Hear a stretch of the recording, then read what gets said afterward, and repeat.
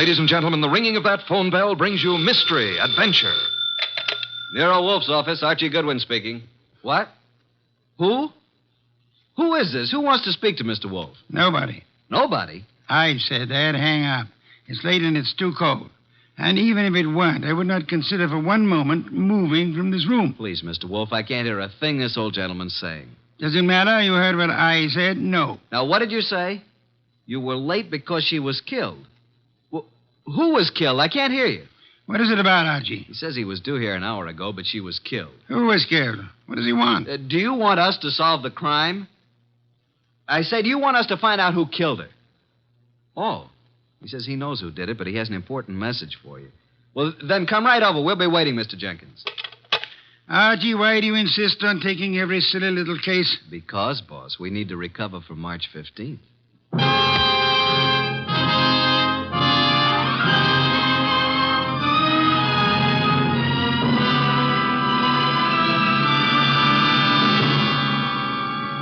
Ladies and gentlemen, it's that renowned genius who is the bulkiest, balkiest, most ponderous, and most brilliant detective in the world.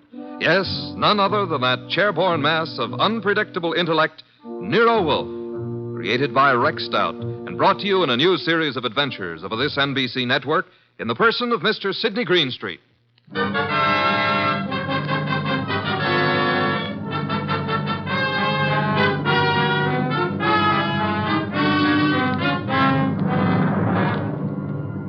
This case I like to refer to as the case of the Telltale Ribbon. Perhaps a better title would be Wolfe Goes A-Hunting. For in a way, this was one of those unusual instances in which my boss, of his own free will and without any coercion, actually decided to leave the house and go to the scene of the crime. It started when the strange old gentleman who phoned us finally arrived. Well, there's our client, Mr. Wolfe. Evening. It's me. Who's me? Oh, I just phoned you. I'm Jenkins. I got a dispatch for Nero Wolfe. Oh, you're Jenkins. Well, come in. Mr. Wolfe, this is Mr. Jenkins. Says he has a dispatch for you. Yep. Yeah. Are you Wolfe? I am. Where is the dispatch from? Don't know. You don't know? How come? Oh, I know, but I'm supposed to say I don't. See? That's my job. What is? Just to say I don't know. What about the murder? Yeah, who was killed? Oh, my goodness. It was a terrible thing. We were just crossing the turnpike, and this fella come at us out of nowhere. The killer? Yeah. Must have been drunk, I guess. Well, how did it happen? Did he shoot her, stab her? Oh, no. He ran into her with his car. And she was only 9 years old. Your granddaughter? No, it was Bessie. But the police got him. I have to appear, I guess. Probably get 90 days, he will. For murder? Murder? Was somebody murdered? I must have missed something. Look, we're talking about Bessie, and what do you want us to do about it? Nothing. Bessie's my old horse. Oh, no. But say, who was it that was murdered? Nobody yet. Good night, Mr. Jenkins. I thought you said it was important. It might be. At least that's the way I was told. What might be? This here letter I was bringing to you. This dispatch. Well, gotta get along now. Goodbye. Well, get him.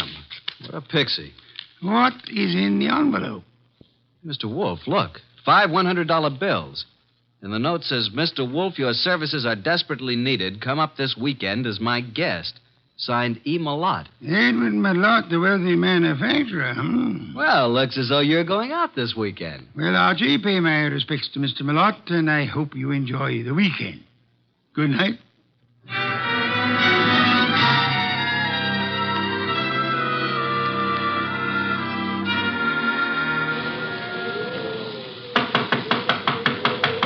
Something's certainly phony about this. There's no party going on here tonight.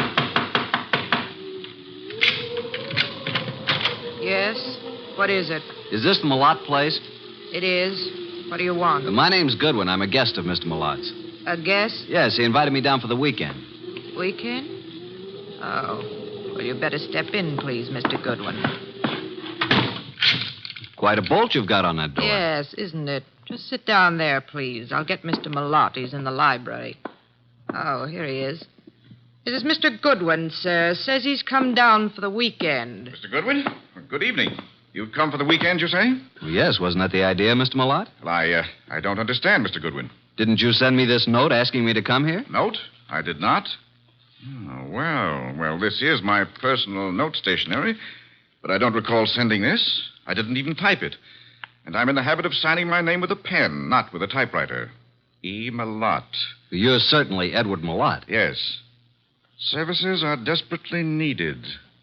What does this mean? What services? Who are you, Mr. Goodwin? Are you serious? I'm a private investigator. I'm Nero Wolfe's assistant. Oh, indeed. Nero Wolfe, eh? I know of him, yes, indeed. And you really don't know anything about this note? I do not. Are you having a weekend party here? I most certainly am not. Then who sent this? And there were 5 $100 bills as a retainer. I haven't the slightest idea. Oh, Dorothy. Yes? Will you step in here, please? Miss Davis is my private secretary. She may know something about this. Yes, Mr. Malott. What is it? Dorothy. Oh. Dorothy, this is Mr. Goodwin. How do you do, Mr. Goodwin? Well, how do you do, Miss Davis? Yes. Well, Mr. Goodwin is assistant to Nero Wolfe. You don't say. Nero Wolfe, the detective? Oh, I've heard a great deal about him. And about you, too, Mr. Goodwin. Well, now I'm mighty glad to hear you say that, Miss Davis. Mr. Goodwin has a note here. Is anything wrong, Edward? I heard voices. Oh, do we have company? Nothing is wrong, Eva. I was calling Dorothy, that's all. Oh, this is Mr. Goodwin, Eva. My wife, Mr. Goodwin. How do you do, Mrs. Malott? Mr. Goodwin, yes. How do you do? Now, as I was about to say, Dorothy, Mr. Goodwin... What's going on? Mr. Goodwin, this is my son, Larry. Good evening. What's wrong? Mr. Goodwin has been invited here for the weekend. He has an invitation supposedly written by me. At least it's on my stationery. Look at this, Dorothy. Know anything about this note? Well, no. I certainly didn't write it. But it's my personal notepaper, and my signature is typewritten. I'd never do that. Well, somebody sent it. Who's Jenkins? Jenkins? Never heard of him. A little dried up old man. He delivered it to us. Yeah, maybe it didn't even come from this house. I'm positive that it didn't. Never heard of Jenkins. You have a typewriter here, of course. Yes? I'd like to see it. Certainly, Mr. Goodwin, in the library. How far have you come, Mr. Goodwin? From New York, Manhattan. Oh, and it's such a dreadful night, too. Yes.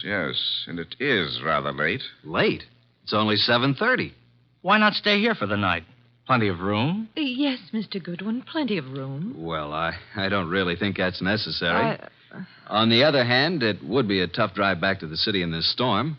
I'll accept your hospitality, Mr. Malott. Very good. Oh, Jeffries, show Mr. Goodwin to the East Wing. And take care of his car. Yes, sir. Good night, Mr. Goodwin. You mean you're all going to retire now? I haven't even had my dinner. We retire very early here.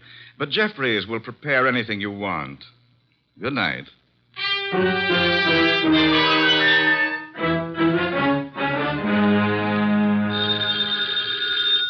Oh, dear, who moved that phone? Hello, Wolf speaking. Archie, boss. Well, I'm here at Malott's place, but there ain't no party. What happened? Are you in the right house? I'm afraid I am. They've all gone to bed. Weird bunch. His wife, who looks very sickly and I think wants to say something to me alone, and Larry the son, and Malott's secretary, Dorothy Davis. She has me bothered a bit. How unusual, especially if she's pretty. A beauty. But she seems to know all about me. You'd better come home, Archie. I can see you're in no condition to handle this case properly. Give them the money back. Oh, I forgot to tell you. They don't want me here. Malott didn't send the note. No one here knows anything about it, so we can keep the dough. Interesting indeed. The circumstances would indicate that you should stay there and wait for it to happen. For what to happen? For whatever it is the fates have conspired to have happen there while your shining little ego is in the midst of it. Bye.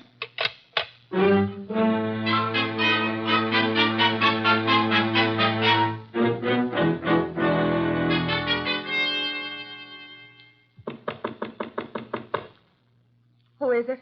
It's Archie Goodwin, Mrs. Malott. Come in, please. I saw you give me the eye when I was about to leave. I've been waiting till I felt sure they were all asleep. Now, what's up? I wrote you that note. I sent for you. How do I know that? Old man Jenkins is a scissor and knife sharpener who happens along every month or so. They wouldn't know him. I put 5 $100 bills in the envelope. Okay, why? My life is in danger. I've been threatened. I received 3 notes through the mail. They were all postmarked in New York City. Did I see them? Here they are. All typewritten. The first one reads, "There is no love for you in Grey Gables." The second, "Why stay on in the face of death?"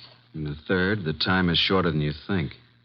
Do you think this is an inside job, Mrs. Malott? Well, at first I didn't. But lately I've come to think it is. What caused you to think that? For some time I've been having severe spells. I thought it was indigestion. But then it occurred to me that I always broke out in cold perspiration. I was left horribly weak and terribly thirsty. Thirsty? You fear you're being poisoned? Yes. And since the thought came to me, I've been living in fear. Fear of every bite of food or drink. I had so shattered my nerves that I have to take these yellow sleeping capsules to even close my eyes. Well, here's your husband and his secretary and your son, Larry. Larry is my stepson. Which one do you suspect? The secretary, Dorothy, or my husband, or both. What's the motive? Oh, they're in love. She's been here over 2 years, and they've spent most of their time together. The idea never occurred to me till last week.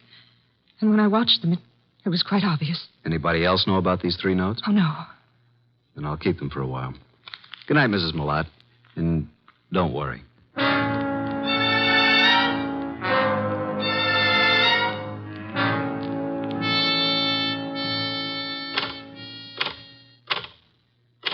What are you doing, Mr. Goodwin, snooping around in Father's library? Well, Larry, I was just trying to find out if this Remington was the machine you used to type those notes. What?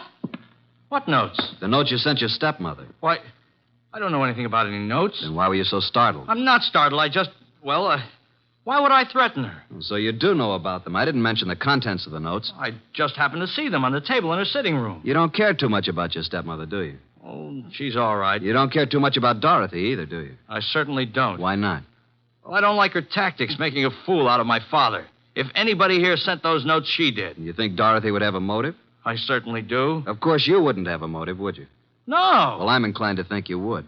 Well, just what motive would I have? You don't seem to like any woman who's too close to your father. Maybe because you'd resent anyone sharing in the estate if your father died. If I were you, Mr. Goodwin, I'd leave. Tonight. And the sooner the better. Good night.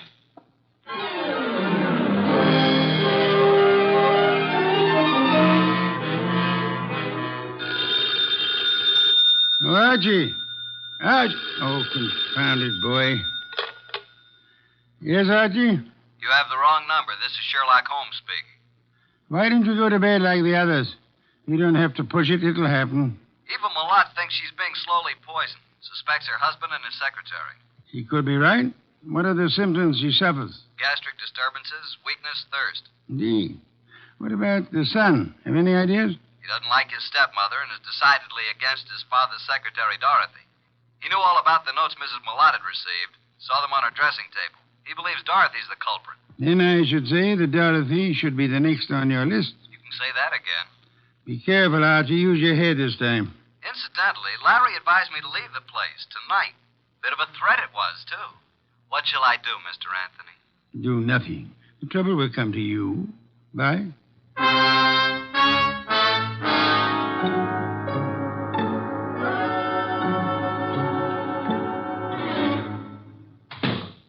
Oh.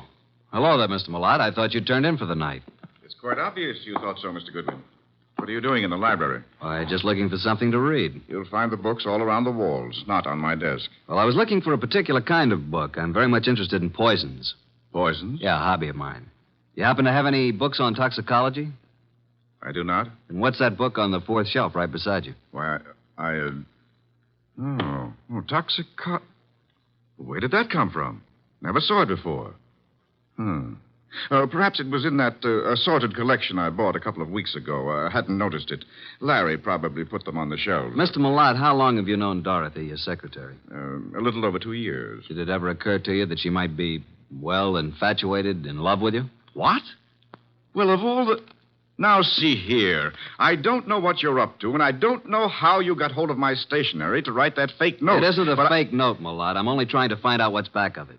Mr. Goodwin, there is nothing going on here that requires the services of a detective, and Dorothy is not in love with me. I didn't say she was. I asked you if you thought she might be. Well, since this conversation seems to concern me, I suppose I am at liberty to come in. Oh, you're still up too, Miss Davis. Did you hear what this man said, Dorothy? Yes, I did, Mr. Malott. And I'd like to have a few words alone with Mr. Goodwin, if you don't mind. Mr. Goodwin, would you mind coming with me for a few minutes? No, not at all. And, well, it's rather late, Mr. Malott. Don't you think you should retire? It's a heavy day tomorrow. Well, yes. Yes, I suppose I should. And please, don't let this upset you. Mr. Goodwin has been misinformed. I'll straighten him out. Come on, Mr. Goodwin. The bar is right across the hall. I'll fix you a nice, soothing drink. That'll be nice. Well, now, what would you like, Mr. Goodwin? In the way of drinks? Oh, well, some 7-Up. Really? Well, just sit down over there. Okay, what do you want to talk about? Well, where did you get the idea that I was in love with Mr. Millot? First, suppose you tell me if you are in love with him. Yes, I am. But until a few minutes ago, he wasn't even aware of it. I worship him and his work. I never wanted him to know because he's married. It would have caused trouble, and I'd have had to leave here. But now he knows it's true. Well, now that he knows, what will happen? I'm going to leave tonight. Now. I see. And since I don't own a car, Mr. Goodwin, I'm going to ask you to do me a very great favor.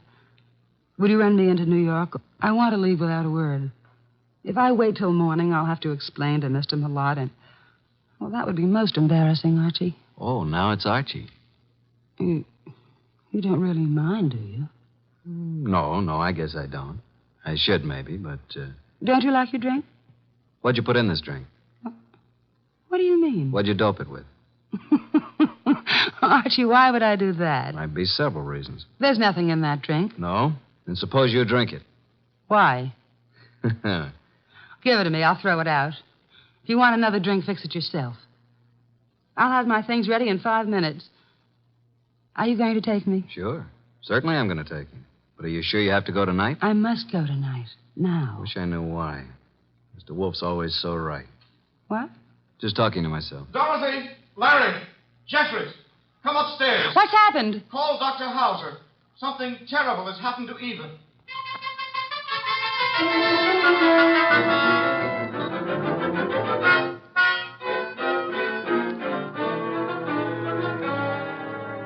Well, Dr. Hauser? Oh, poor Mrs. Millot. No, there's nothing to be done now. It's all over. Eva. You'd better lie down, Mr. Millot. I'll phone and take care of everything. I'll be here if you need me. I have to make out the certificate. Yes, come along, Mr. Millot. Just a minute. You too, Larry. I don't want to make this any more unpleasant for you, but, Doctor, just what are you going to put on the certificate as the cause of death? Acute gastritis. Is that what you've been treating her for? Well, she's had several attacks lately. I'd warned her to be cautious of her diet. And that was wise advice, too. Did you know about these attacks, Mr. Millot? Yes, I did. And you, Dorothy? Yes, I knew. And you knew also, Larry? No, I knew she hadn't been feeling well. How long had Mrs. Millot been suffering from insomnia? Oh, a year at least. I prescribed Nemitol. In yellow capsules? Of course, I wrote a prescription every so often calling for 12 capsules. You all knew about that, of course. I thought so. And would this be the prescription, this little box of capsules here on... Well, What's the matter, Mr. Goodwin? that box was open on this nightstand when we stepped into this room. All right, let's have the box, Mr. Millot. Thank you. Why'd you pick it up? Because I didn't want the stigma of suicide on Eva's name, nor mine. Suicide? Yes. Eva had this prescription filled yesterday morning. The dose is 1 at bedtime, 12 capsules. She took 1 last night. I glanced at the open box when I came into the room, and there were only 8 capsules left. I knew instantly what had happened. She'd taken an overdose. Doctor, do you think 3 capsules would be sufficient to cause her death? I doubt it very much. So do I. Mrs. Millot didn't die from an overdose of sleeping capsules. She was poisoned. Poisoned? Are you crazy? By whom? By you, or Dorothy, or Larry. No, I didn't do it. I didn't write those notes. What notes? Mrs. Millot had received 3 notes threatening her life if she didn't leave this house. Each of you had a motive, so I'm sending this body to the coroner for an immediate autopsy. I won't permit it. The police will see to it. You have no choice.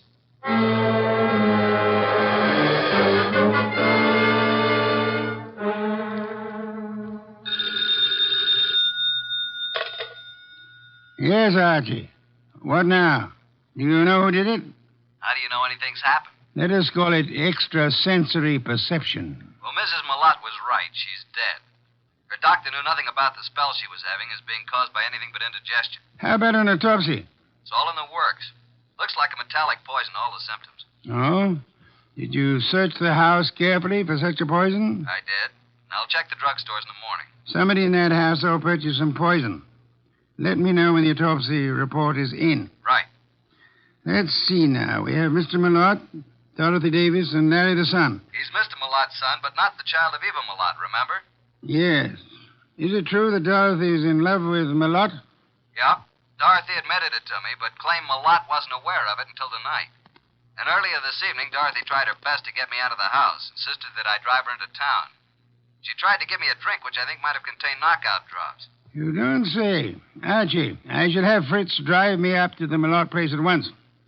Archie, are you there? No, boss. I just fainted.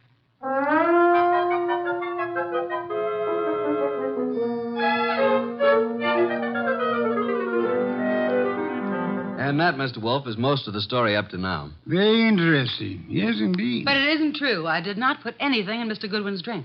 Then did you ask him to take you into town? Yes. And I might have been found in a ditch. Oh, it's ridiculous. Why did you try to get Mr. Goodwin to take you to town? Because I felt it would be too embarrassing to remain until morning. Maybe you'd already given Mother the big dose of poison and wanted Goodwin out before it was discovered. Well, you Wait a sneaking- minute. Now, Mr. Malott, you claim that you knew nothing about Dorothy being in love with you. Should we believe that? You can believe it or not. Dorothy had a motive to get rid of Mrs. Malott. It seems that Mr. Malott had one, too. And so did Larry. What? You admitted to me that you didn't like your stepmother. And that you disliked Dorothy even more. I didn't say that. You said Dorothy was making a fool of your father. You resented the possibility of any woman sharing in the estate. You knew about the sleeping capsules, and you could have put poison in some of them. You could have written those threat notes. And by getting rid of your stepmother and placing the blame on Dorothy, you'd be getting rid of them both. But I didn't. I did not write those notes. You were the only one who knew about them. I was not the only one. I saw Dorothy coming out of Mother's room. It was this afternoon. Mother was out taking a sunbath. Dorothy did it. She's the one. I think you're the one. No, Dorothy wrote those notes. That's a lie. No, she probably slipped into Mother's room and wrote those notes on Mother's portable. What? Hey, just a minute. Archie, come here. I never heard of such So I lies. didn't do it. You can't send me to jail. I'll kill you first. Larry, drop that gun. Don't come near me, any of you. You're such a fool, Larry. Give me that gun. I'll shoot. I'll shoot. Come on. There. Now, you better quiet down, kid. Or Inspector Kramer will take care of you when he arrives.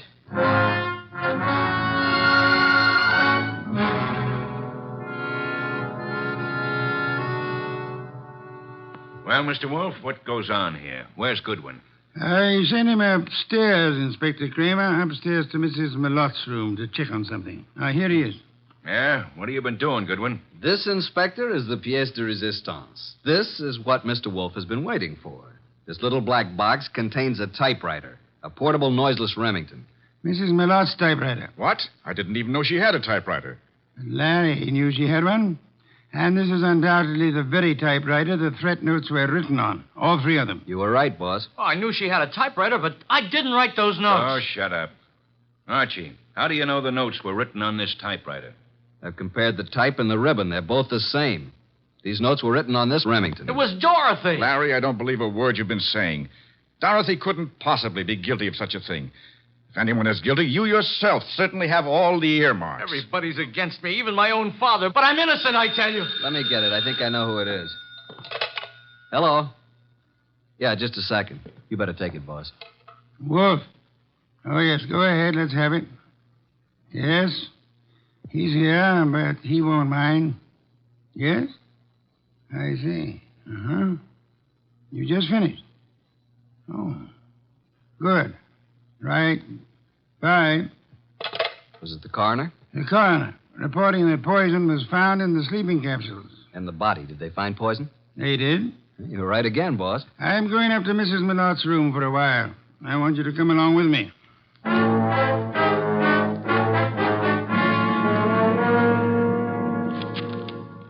Find anything yet, Archie? No, mostly bills and invitations to bridge parties and so on. Ah. You find something, boss? Yes and no. This pocketbook detective story. What about it? I was just flipping through the pages, and I find this corner turned down. Well. What is it? Look and read. Why stay on in the face of death? Interesting. The very words used in one of the notes. Give me the book. Of course, this doesn't prove a thing either, but it does confirm what I was... Oh. What now? This cinches it. Get them all up here, Archie. Tell Kramer to bring them all to the bedroom.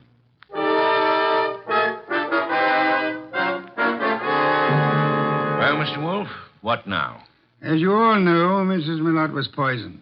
By someone who had an opportunity to put it in the sleeping capsule. Someone in this household. Yeah, but which one? The kid? I never bought any poison in my life. Be quiet, will you? No, Inspector, it wasn't Larry. And I suppose you think I put the rest of that rat poison in your drink, Mr. Goodwin. No, Dorothy, it wasn't you. But how did you know it was rat poison? I didn't. I just guessed. I can think, too. Then if it wasn't Dorothy or Larry, you must mean me. No, Mr. Lott? No, wait a minute. It had to be somebody. Yes. This is going to be painful for you, Mr. Malott. Well, you mean that Mrs. Malott did commit suicide? It was more than suicide. It was suicide with an attempt to have both you and Dorothy convicted of murder. She planted things? She did? I can't believe it. Show him the pocketbook, mystery. Here's the proof. Some of the threat notes were lifted bodily from this novel. But look on the back cover. Isn't that Mrs. Malott's handwriting? Yes, and this is the other note, the one to you, Mr. Wolfe, composed in pencil before she typed it out on her machine. Then, Wolf, the note you received was the same typing as the threat notes. See for yourself, Inspector. Then why the dickens didn't Archie compare them right away? Just one of those things, Inspector. There are times when even a good detective is a bit on the, shall we say, dull side. Don't you find it often true, Inspector?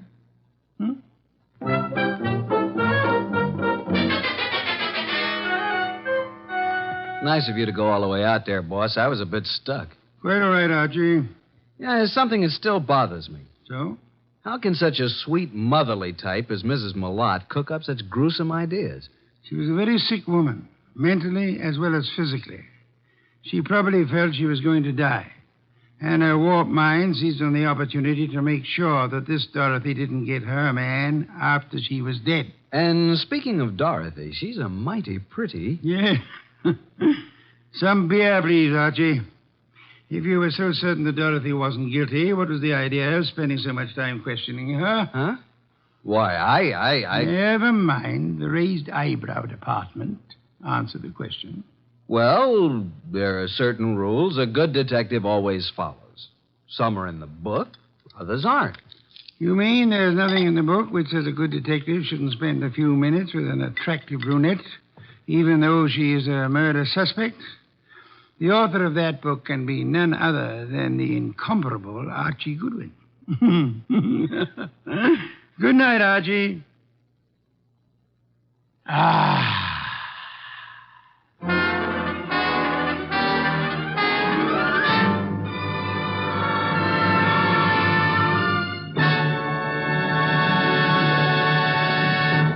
You have been listening to The New Adventures of Nero Wolfe, starring Sydney Greenstreet.